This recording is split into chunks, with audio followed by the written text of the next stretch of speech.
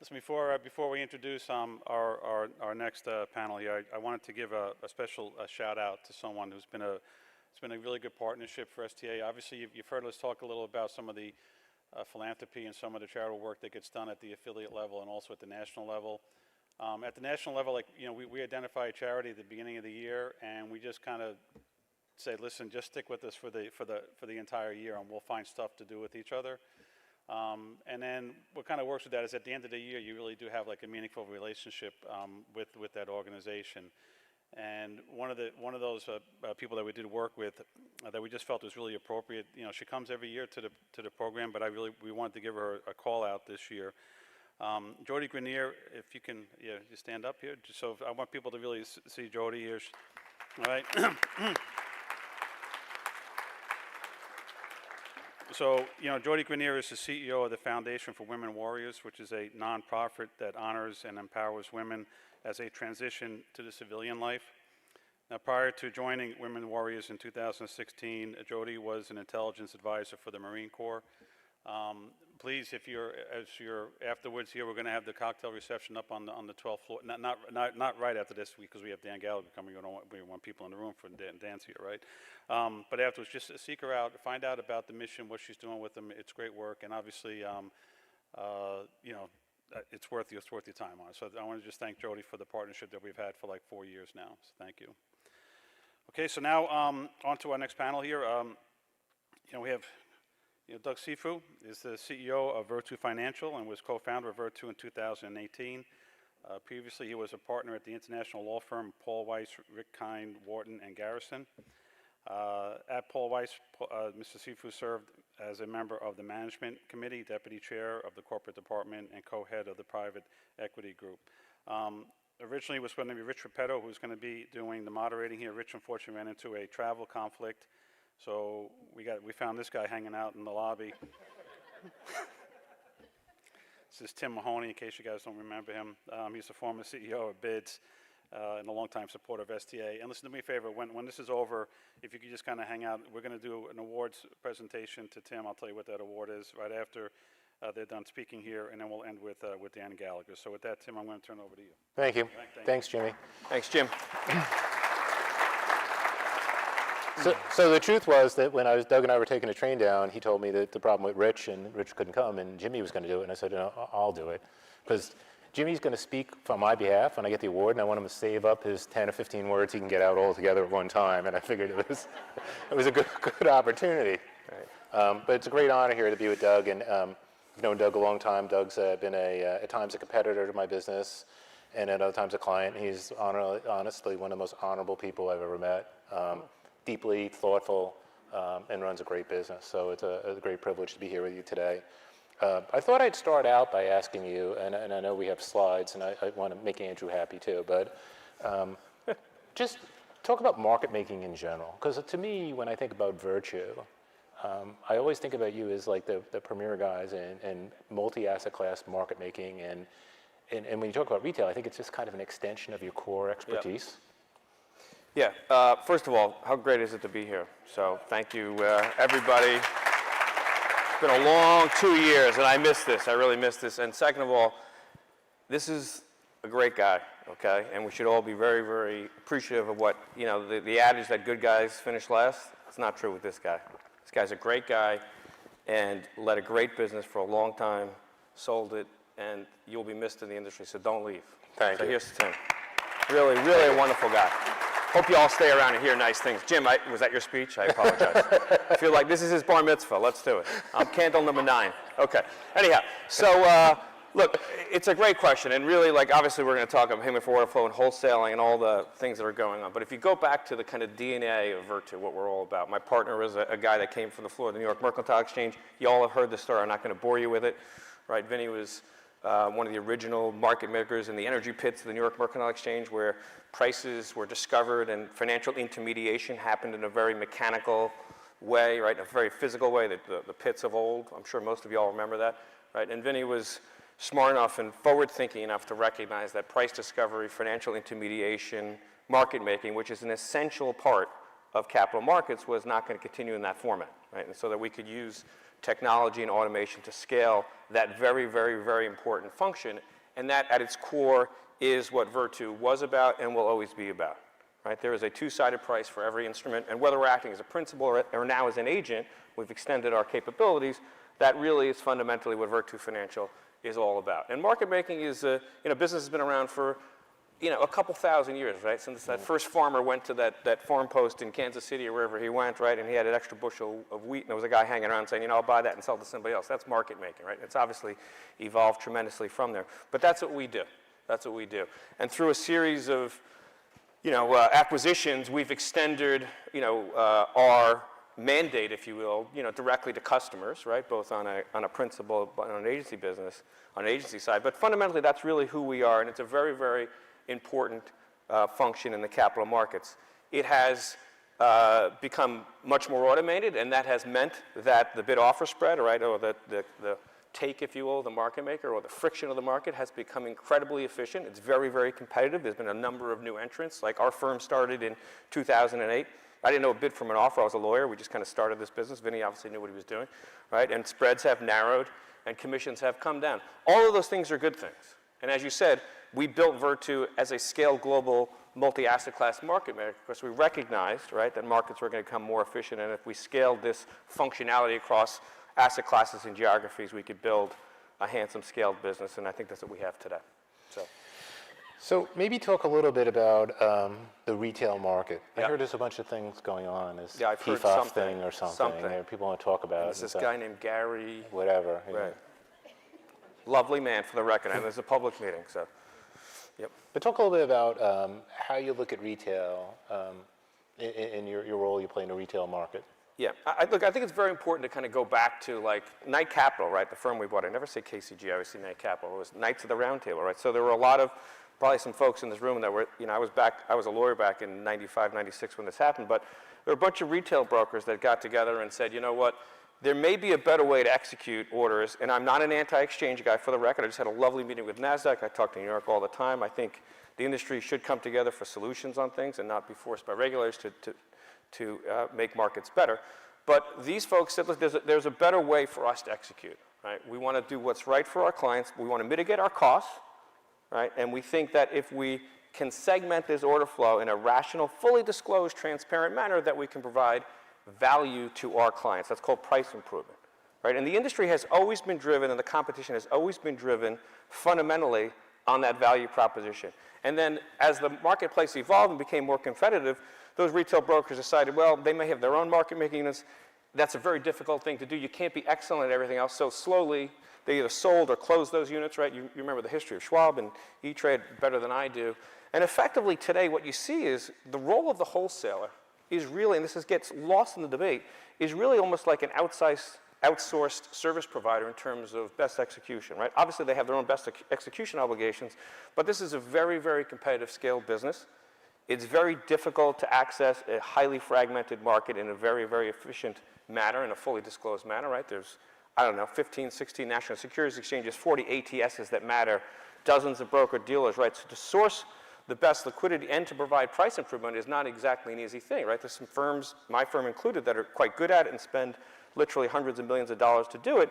But the retail brokers, made, I think, an intelligent decision to say they can do a lot of really good things. Let that last inch or mile, however you think about it, of the marketplace be serviced by these firms called wholesalers and market makers. And that's really how the business has evolved.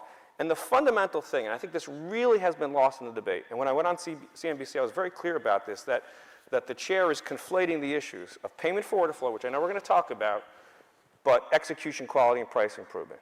And the most important thing, and the point I've been trying to make over and over and over again, and the data categorically supports this, and this is just factually correct, is that every one of the 250-odd retail brokers, platforms, et cetera, that we do business with, and it's Citadel, Susquehanna, Two Sigma, everybody else does business with, they're routing their orders solely and fundamentally based on service and execution quality. It's got nothing to do with payment for order flow. Nothing, right? So that's one of the key takeaways I think has been lost in this debate. And that segmentation and that ecosystem really has inured to the benefit of retail investors through billions of dollars of price improvement. We did our own little study where we talked about real price improvement and size improvement, which we'll talk about, and we estimate that was $11 billion of price improvement in 2020, right? And obviously, zero commission trading has taken tens of billions of dollars out of the ecosystem. So we call it myth busting, right? We got a bunch of fancy slides here. We disclose it all, but that's really the key takeaway. It's really, Tim, based on price improvement, competition, and ultimately providing that to the end user. And so it feels to me like you could separate out payment for order flow from the role of a wholesaler. Like, the market maker has, traditionally played a role in retail markets forever. The specialist was the original market maker. Right. And it does feel like that's lost in this debate, that if payment for order flow went away, there would still be a role to be played for a wholesaler. Yeah, I should provide those services. Yeah, exactly. I should have been clearer, right? Of the 250 odd, and again, I don't have a view on whether payment for order flow is a good thing or a bad thing. At the end of the day, it's a thing, right? It's an expensive virtues. I've been very public about that. It's not like we're receiving it, right? To be very clear. But of the 250 odd broker dealers, platforms, whatever you want to call them, that we do business with, there's roughly 5% of them or 12 of them that have made a decision to take a rebate, right? Rebates are paid by exchanges. They're paid by market centers back to the wholesaler. And obviously that helps to offset their costs, et cetera. But the key thing, and the chair has called out an inherent conflict, which clearly it is, right? But there are conflicts. I used to be a lawyer, right? One of the fundamental tenets of agent principal law is that there's a friction or a conflict between an agent and a principal. Like, a principal hires an agent to do something, pays him to do it. The agent wants to do the best job, but obviously wants to mitigate its costs in doing that. When you act as an institutional broker, where do you send an order? Right? If you post an order on a rebate venue, you're going to make more money as opposed to an inverted venue, right? So that's a conflict. When an investment bank does sell-side research, and then someone sitting 73 feet away wants to do an underwriting, that's clearly a conflict. How do we deal with conflicts in financial services? And why is this conflict so pernicious that it needs to be banned? The way we deal with conflicts is through disclosure, transparency. That's out there, right? We all know 605 and 606 reporting. And then on top of that, the industry, not regulation, the industry has mitigated this conflict wholly because what the brokers do is every PFOF payment that's paid to every wholesaler, or the other way around, that the wholesaler gets paid to the retail broker, is fixed and flat. Right? So Citadel, Virtu, Susquehanna, they're all being charged the exact same payment for order flow by our wonderful client Schwab. Right? And that's all publicly available. So sure, there's a conflict. There's conflicts all over financial services, but it's been wholly mitigated, in my view, through disclosure, and even more so through the marketplace essentially saying, hey, let's make it flat. So, the chair omits that in his, I think the words inherent conflict are meaningless because that's we have a professor in the front seat from Georgetown. He shook his head. Remember this? Yeah, there you go. I took this in 1988, so I'm a little fuzzy. So if I screw up, let me know, right? But that's sort of agent principle 101, right? And through financial services, that's how we deal with conflict. So I would ask the SEC and I would ask the chair to say, what is so pernicious about this conflict that it requires being banned, as opposed to saying, well, these retail brokers are really routing on the basis of execution quality, of price improvement. So the rebate doesn't factor in at all. That's been completely lost and obfuscated in the debate. And it feels like this debate's totally about market orders, right? Marketable orders. And so if for everyone I traded and wanted a price, I'd put a limit on it. Yeah. But you're displaying a limit orders to 100%. So really we're talking about just market orders that would hit the market. Yeah. And if the other side's not there, you're going to lose. Yeah, it's even more than that, Tim, right? And we have it up on the slide here, right? So, like, obviously non-marketable limit orders by rule, I think it's rule 604, they all need to be posted, and we post, right? So we're posting a National Securities Exchange. So everybody out there that wants to have access to a non-marketable retail limit order, they're all posted on National Securities Exchange. So we have to do that by rule. Again, that's been lost in debate. The second thing, which I think is very, very important, is the wholesalers, again, we're providing an outsourced routing function in large measure, right? So we're not internalizing all the orders.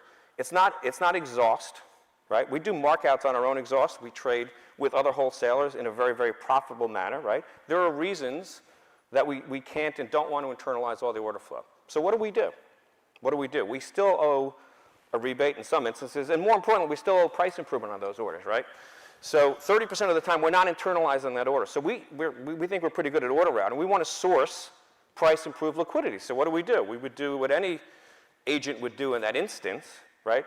we're surveying the rest of the marketplace in order to obtain price improved liquidity because we need to return it back to our client. Otherwise, we're going to make up the difference, right? So it costs us money. And on top of that, we're also going to be paying the exchange fee, right, if we're removing liquidity, or the ATS fee, right?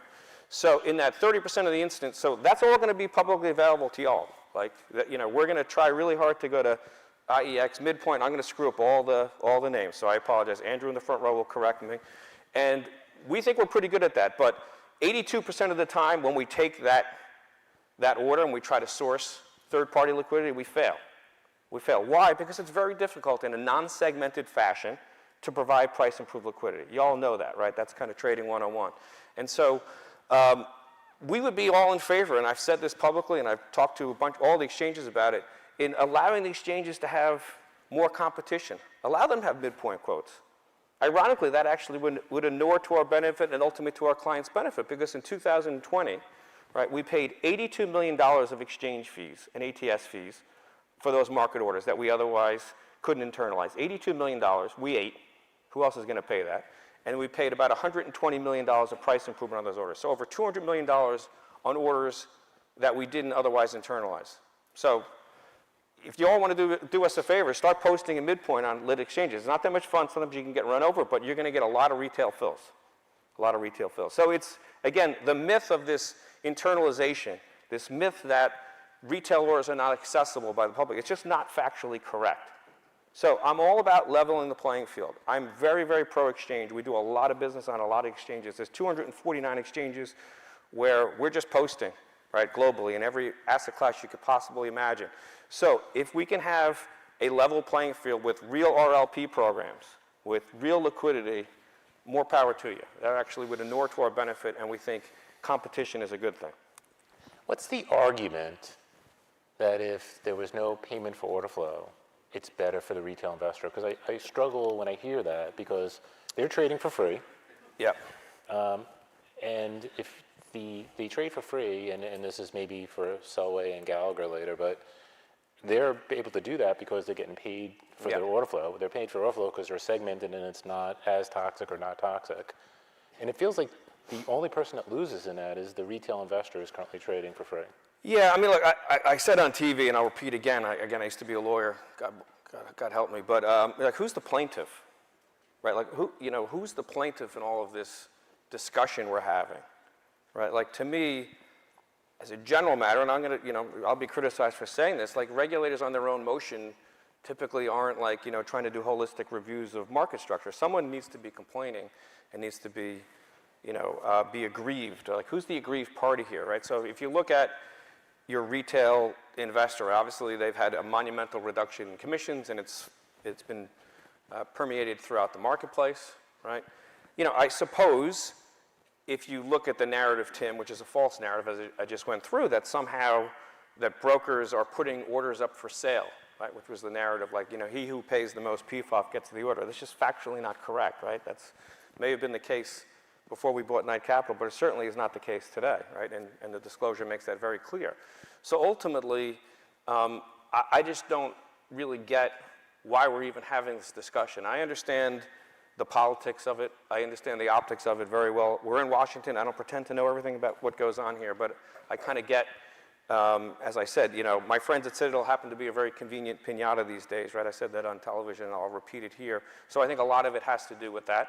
I just, it all comes back to the data and to facts, right? If you look at the data and you say to yourself, there's, in the Virtu, white paper we put out, there's $11 billion of price improvement. There's probably $10 billion or plus of commission savings, right, from zero commissions. So we're talking about $20 billion that have been saved through this ecosystem to retail investors. Against some metaphysical argument, I feel like I'm trying to like wrestle Jello sometimes when I hear the other arguments, like, well, if you put everything on an exchange, the MBBO is really not real, so this price improvement number may not be real. Okay, well, Congressman Foster yesterday, brilliant man, physicist from Illinois, made a suggestion, which we thought was a great idea. I think we might have put it in a white paper. I don't know. If not, we'll steal it. Which was to the effect that Well, if everybody thinks the MBBO doesn't make sense, the market's 8 bid at 10, but it's really 8.5 at 9.5. 9 is sacrosanct, right? That's the midpoint. So allow everybody just measure off the midpoint. That's how the brokers score us anyhow. So put that on the confirm and let retail investors then make a choice. Is X, Y, or Z broker better than the other? Right? Give people choices. Give people choices. If people don't want to pay payment, don't want to be associated with a broker that receives payment for order flow, there's probably 245 other brokers in this country. Right? Why are we, as a regulatory matter, suggesting that people shouldn't have choice? So one of the things I find ironic in this discussion is when people talk about competition. Yeah. And so I've been in the industry for 40 years, and the entire time people will tell me how there were too many brokers. And what we need was consolidation because it's inefficient because there are too many. And it feels, again, like naturally 2 or 3 people have really distanced themselves. Like there's no legal prohibition. I mean, I could go in tomorrow and become a retail market maker. But Sure. So it has happened. I mean, 3 great firms, Jump Trading, Jane Street, and Hudson River Trading, fantastic, pretty good. No, fantastic firms that do a wonderful job. We compete with them all day. And we welcome that at Virtu, right? And allow the ATSs and the exchanges to have the tools. I mean, I'm not going to name clients. You all know who they are. They're, the giants. These are folks that have made, not one of them in particular doesn't take payment for order flow in cash equities, right? You know who they are. And they still, despite, this not having a quote-unquote inherent conflict, still route the vast preponderance of their market orders to market centers, to market makers, not just to Virtu, and to others. Why do they do that? Because they get best execution. And our market share, and Steve Kay's in the front room not paying attention right now, having a conversation, as usual. I think he was napping. Honestly, I'm thrilled he's not playing golf. He's here. So, we love you, Steve. His eyes were closed at one point. But our market share, and this is all public information, like our market share has changed so dramatically. There's such competition. 3 years ago, Steve, I think we had 0 market share in market orders at Robinhood. Am I correct? Today we have 30+%, right? So that's competition. I think someone should get a raise. Yeah, there you go. Yeah, he gets played enough. But that's competition, right? So there's 7, 8, 9 wholesalers that are constantly jockeying better for. Does Citadel have the largest market share? You're right. You know why? Because they're great and they deserve it, right? Not because of any information advantage or anything like this. They're a fantastic firm. They're a fantastic firm and they do a great job. I think my firm's pretty good too, right? We work our tushes off to try to compete every day with Citadel. We're frenemies. And then Susquehanna, 2 Sigma, UBS, ever hear of them? Big Swiss bank, right? They're in this business. Jane Street, Hudson River, Wolverine, right? There's a whole bunch of others that are in this business. So when people talk about market concentration and whatnot, it's I don't want to say it's optics. I'm going to be a little, it's politics really at the end of the day. It's politics. Citadel's a really convenient piñata, and it's a very competitive marketplace. And at the end of the day, it really does inure to the retail investors. So you got to look at this ecosystem and say, I'm a very proud American. I'm on Twitter. I put my American flags out because I love it, right? You look at the system, you say, wow, this is a great system for retail investors. You can hold up your little smartphone, which I gave to Steve Case. Don't use it. And you have such power, and for 0 commissions, you can get a price that's better than institutional investors in this country. What the hell are we talking about?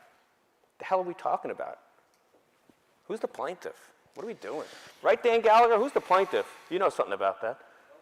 Yeah, there you go. So Don't sleep on Dan Gallagher, everybody. I wanted to just go to one thing you said. He represented us for a little bit. Yeah. Hell of a lawyer. I know. He's been mine too. I know. Everybody's. Yeah. Who's getting an award? You or Dan? I'll give it to you. Yeah. Right there. So one of the things that I heard you talk about that I thought was fascinating was Really? Yeah. No, most things, but Setting up. Yeah. yeah. Odd lots. Yeah. So just Yeah, make this your is point again. It's a really interesting This point. is what, it's interesting. I said like the arguments are like Jell-O. So like, I don't know, a year ago, whatever it is, I waste a lot of time on Twitter, full disclosure. I shouldn't. My kids yell at me and my wife tells me I'm an idiot. But anyhow, and so the Twitterazzi, that's really who the plaintiff is here, right? The Twitterazzi was out there talking about, all Virtu and Citadel do is arb odd lots and they don't price improve and blah, blah, blah. I didn't really understand what the hell they were talking about because neither did they. But that's a whole different story. So I went to Andrew, who then went to Adam Fox, who's the smart guy that does this at Virtu, and I said, you know what? the brokers are onto this, right? They understand that, like, they allocate flow based on price improvement of odd lots, right? You know, if we get 8 shares of Tesla, right? Yeah, they do. Steve confirmed it. I said, well, why don't we disclose publicly, like, okay, you're going to ding us for price improvement. Let's narrow the NBBO by including odd lots. Okay, fine. Do we have a slide on this? I thought we had a slide. We don't? Yeah, throw it. Come on, Andrew. You're sleeping. Let's get Gotta it. pay attention here, Andrew. Don't, We're moving you're around. spending too much time with Steve K. So if you narrow the NBBO, right, ding us for price improvement. Okay, fine, guilty. All right, that's fine. But Rule 605, we don't get credit for price improving odd lots. Right, Professor? Right? The rule needs to be updated. So if you throw in the aggregate amount of price improvement that we provide, the odd lots, because the market had a solution, markets fix things, right? The brokers are pretty smart. At the end of the day, it improves the aggregate amount of price improvement we provided in 2020 by 11%, right? So that's off the Twitter sphere, right? Because we, through data, proved to the Twitterazzi that that was just, honestly, it was just bullshit. It was complete bullshit. So now people don't, I shouldn't curse. You're not Ronan. Okay, I apologize, yeah. So like that's been, you know, that's now off the discussion. So one of the reasons we decided to be very transparent about price improvement, the other thing that doesn't get any play is the Rule 605 assumes that there's essentially infinite size at the NBBO, right? So there's 400 shares at the inside, we get 1,000 shares. Right? Always the case. Going? Oh yeah, it always happens. Right, it always happens, right? Right, so we're scored as if there was 1,000 shares, even though there's only 400 shares and we get 1,000 share order. Everyone gets that, right? So we said, okay, that happens 45% of the times when we get orders, right, through our retail book. 45% of the time, and it's 54% of the notional value of the orders. Everybody get that, right?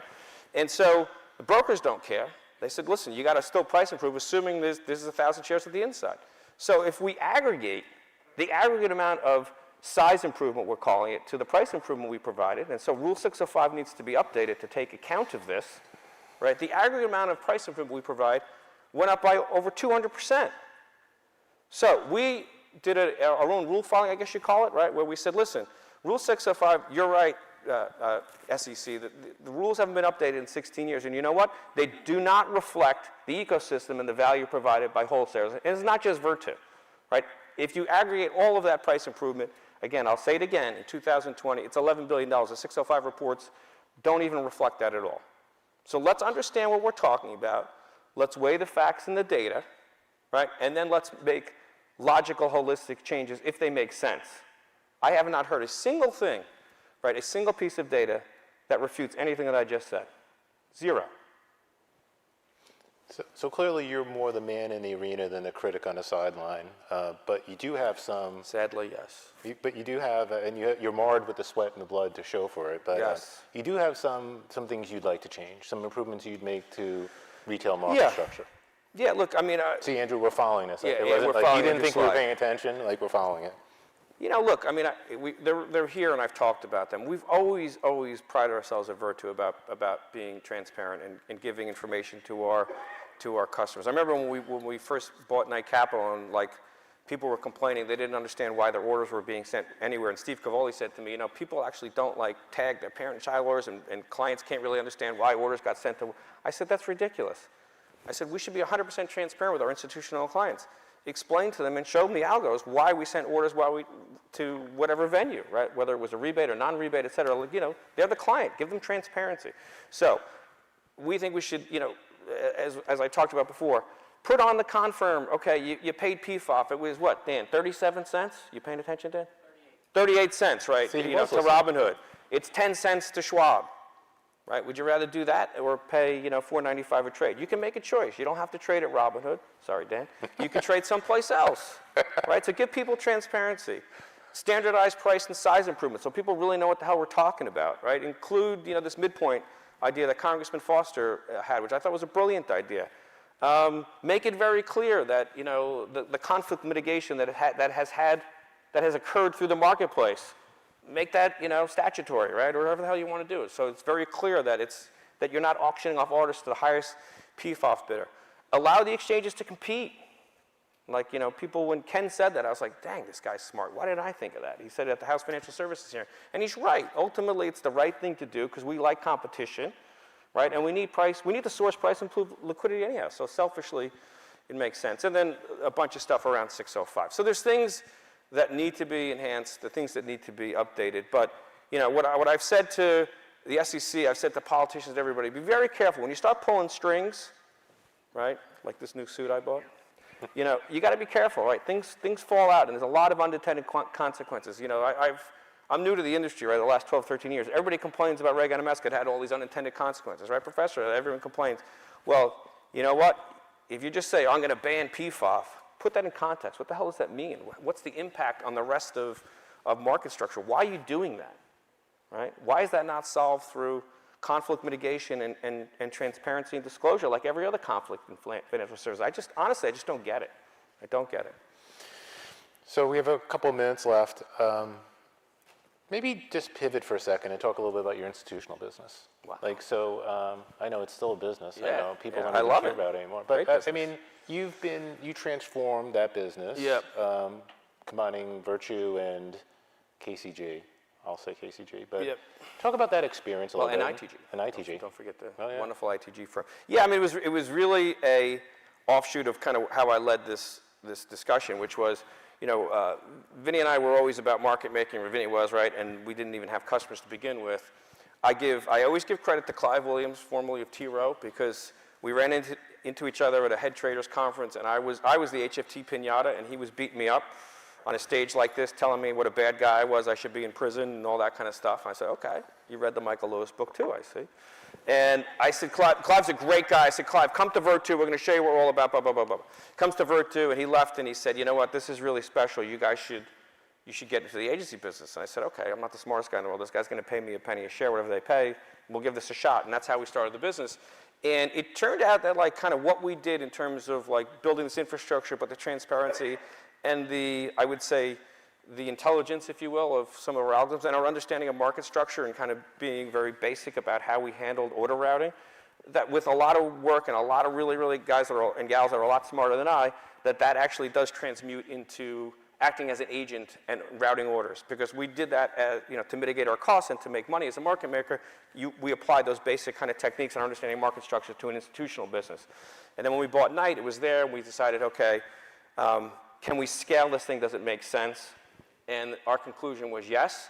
We have a very, very different approach, I think, to an institutional business. We want to be very clear in terms of how we want to be transparent. We want to provide value and explain to clients what we're doing.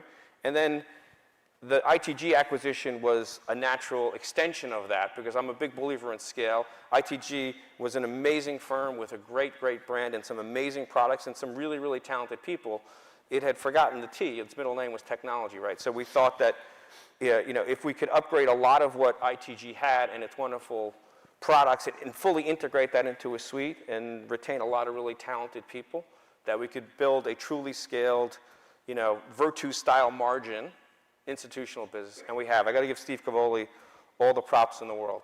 He's really done an amazing job with the business. And thank you to all of my former Knight and ITG colleagues because they kind of hung in there. It's not easy to meld cultures and meld technologies, and definitely I'm an egg breaker, and so sometimes I break a couple eggs, but a lot of people have hung in there and done a wonderful job.